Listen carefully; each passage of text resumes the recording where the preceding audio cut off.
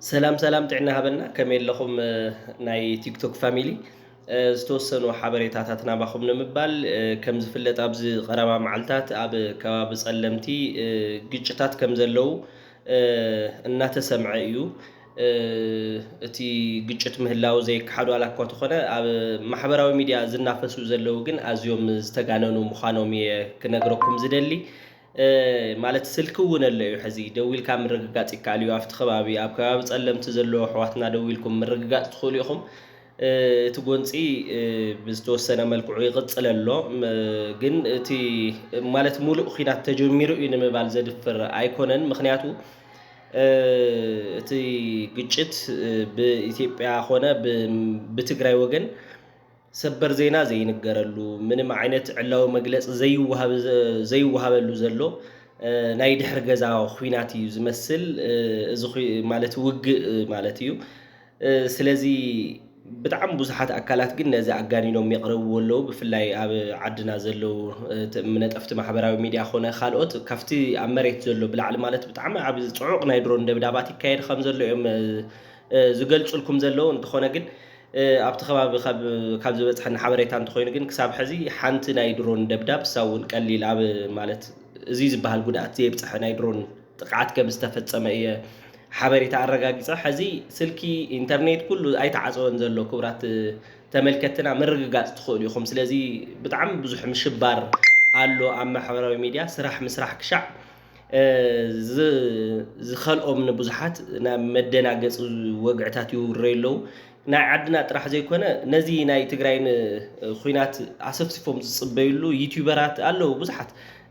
ናይ ትግራይ ኹናት ዘፈመሶም ብጣዕሚ ፍሉጣት ዝገበሮም ዩቲዩበራት ኣለዉ ትፈልጡ ኢኹም ክብራት ተመልከትን ኣብዚ ዝሓለፈ ማለት እዩ ሕዚ እውን እዚ ክምለሰሎም ዳርጋ ኣብ ጸሎት እዮም ዘለዉ ኣለዉ ባሽር ሓሺ ዩሱፍ ዝበሃል ኣብ ቲክቶክ ገለ ኣብ ትዊተር ብደንቢ ኢኹም ትፈልጥዎ ሓደ ህንዳዊ ኣሎ ማይ ቪውስ ኦን ዩቲዩብ ኦን ኒውስ እናበለ ዘቕርብ ሰይድ ናደሚ ዝበሃል ማለት ህንዳዊ ኮይኑ ክንድዙይ ና ትግራይ ጉዳይ ና ኢትዮጵያ ጉዳይ ኣገዲስዎ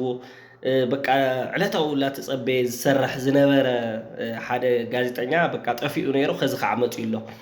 ሕዚ በቃ ከባቢ 10,000 ሰራዊት ትግራይ እዩ ናብቲ ጸለምቲ ሰጊሩ ዝዋጋእ ዘሎ ገለ ዝብሉ ሓበሬታታት ብሰፊሑ እዩ ዘሰራጭ ዘሎ ያው ነገር ዕዳጋ እዩ ዝኸውን ዘሎ ብናይ ተጋሩ መስዋዕቲ ብናይ ተጋሩ ሞት ደም ሃፍቲ ዝፈጠሩ ስም ዘጥረዩ ኣካላት ከም ዘለው ነዚ ጉዳይ ይቅርታ ሃፍቲ ዝፈጠሩ ኣካላት ከም ዘለው ዝፍለጥ እዩና ስለዚ በዚ ደረጃ እዚ ንረድእ እዩ ሎም መዓልቲ ኣየር ተቋሪጹ ኣሎ ናይ መንገዲ ኣየር በረራ ሙሉእ ልሙሉእ ተቋሪጹ ኣይኮነን እቲ ሓበሬታ ብዙሓት ከም ዝደንገጽኩም ይፈልጥ እየ ግን ንሓሙስ ዝነበሩ በረራታት ኩሎም ተሰሪዞም ይዝብል እቲ ዜና ስለዚ ዓርቢ ሓሙስ ቀዳም ኣይቅጽልን ማለት ኣይኮነን ይቕጽል እዩ ዝብል መረጋገጽ ዋላ እኳ ተዘይረኽብና ካብቲ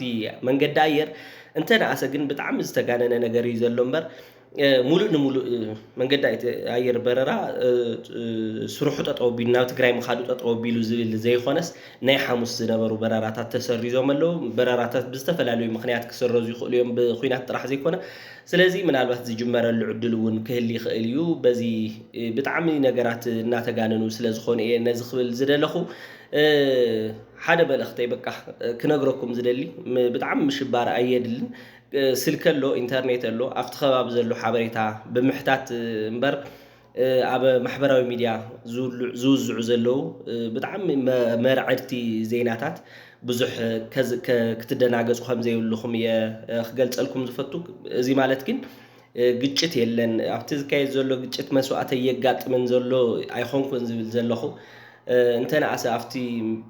ሚዛን ነትሕዞ እቲ ዝውዛዕ ዘሎ ብጣዕሚ ዝተጋነነ ነገር ከምኡ ኣይኮነን መሬት ዘሎ ሓበሬታታት እናጠየቕኩም ርኸቡ ክብለኩም እየ ዝደሊ ሰላም መዓልቲ ኣብ